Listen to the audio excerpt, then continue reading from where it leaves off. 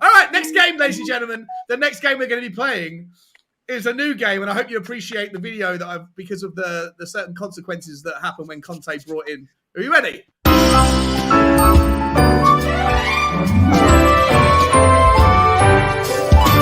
Would you rather? Here's a game of Would You Rather. I don't care what the game is. Just using a chicken nugget and 3 sauces, mate. You're fucking genius. Just them, mate. I'm hungry as well. It can't get any better than this. Oh, Too professional, surely, boy. This is too professional for us twats, and this is very good, Eddie. Don't have any this has really got random. Yeah.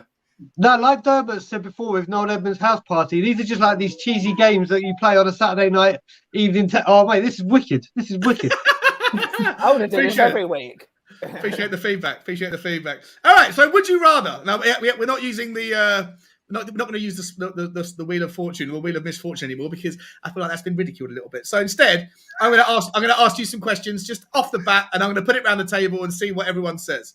First question: would you rather lose Romero to a season-ending injury or lose Sonny to a season-ending injury tomorrow against Wolves? Bit negative, isn't it? But I just want to say, what's more important? I know. Don't worry, I think they're not all negative, but I'm just trying to kind of get the feel of the. All right, it's too negative. Fuck it. Stop criticizing me. Mate. No, it's a question. It's a question. Listen, mate. We have you come up with these questions, and let's face it, it's not the most easiest and most thought. I mean, that's doom either way. Yeah. But it's a question that could happen, and I'll start off. In all honesty, as hard as it is, I think Romero is too important. All right, Sonny's. Don't get me wrong, but you can play a Mora, a Bergwijn, a Kulu, and you can keep going on. We've just seen the levels Romero is and what he can do to our defence, and I think without him, if people want to talk about top 4, like I've said all along, I don't think we'll get it. But I think with Romero gone, that defence, we are struggling with a very weak backup to get it. I think Romero is the one person, apart from Kane, that you do not want to be out for the season. So I would have to really, really horribly say that if I had to choose between the two to be out for the season, let it be Son. Yeah. I tend to agree. I'll give you my little bit on it and then pass it around to the others. I personally agree with you, Brian. I think that they're both obviously killers. It'd be horrible blows to happen, but if you had to pick one, our offense has got more options, a little bit more strength in depth than our defense has.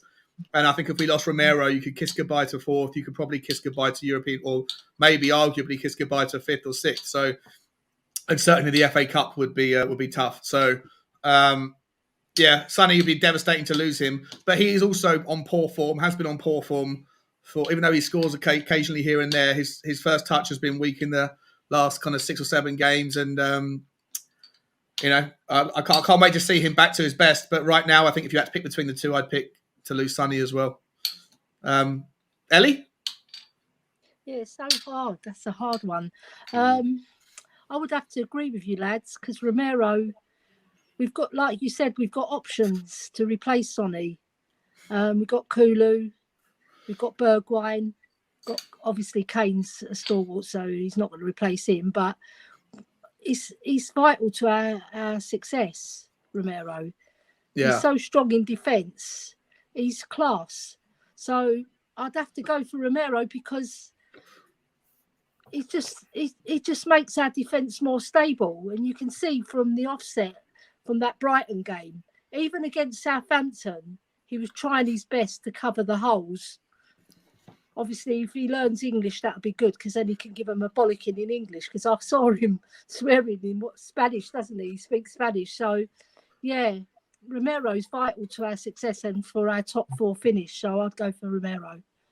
100%. You know what, Ellie, I actually think Romero's English is getting better, but I think I see him swearing Spanish, it's his mother tongue, isn't it? He's always going to revert to when you're playing in any country or whatever, or you're in another country and you know the language, you will always, I think, revert out of anger. You'll always revert back to your mother tongue.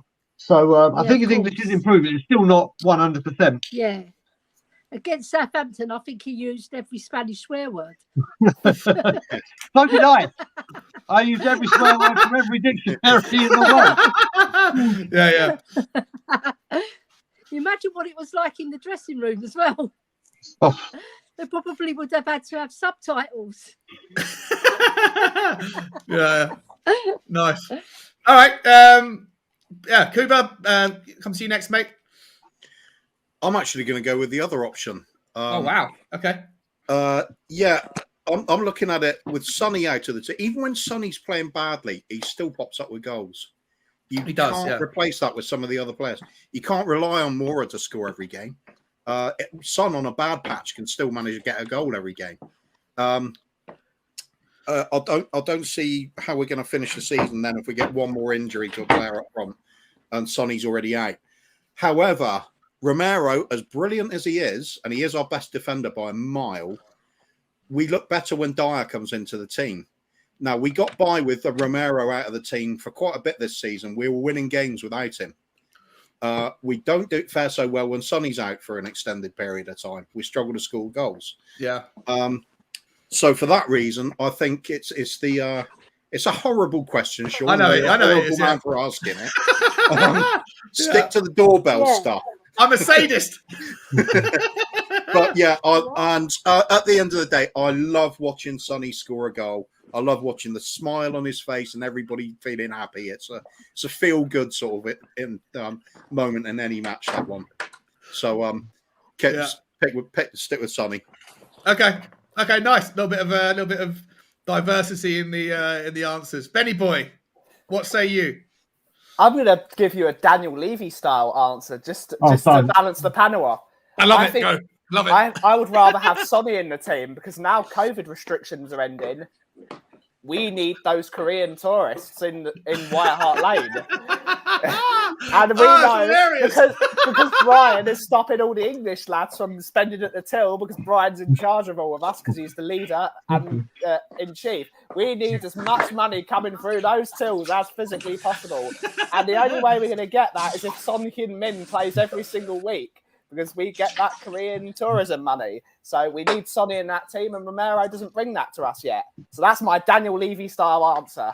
Love it. Yeah, Romero won't be bringing South Korean tourists in. That's for damn sure. Argentinian, maybe.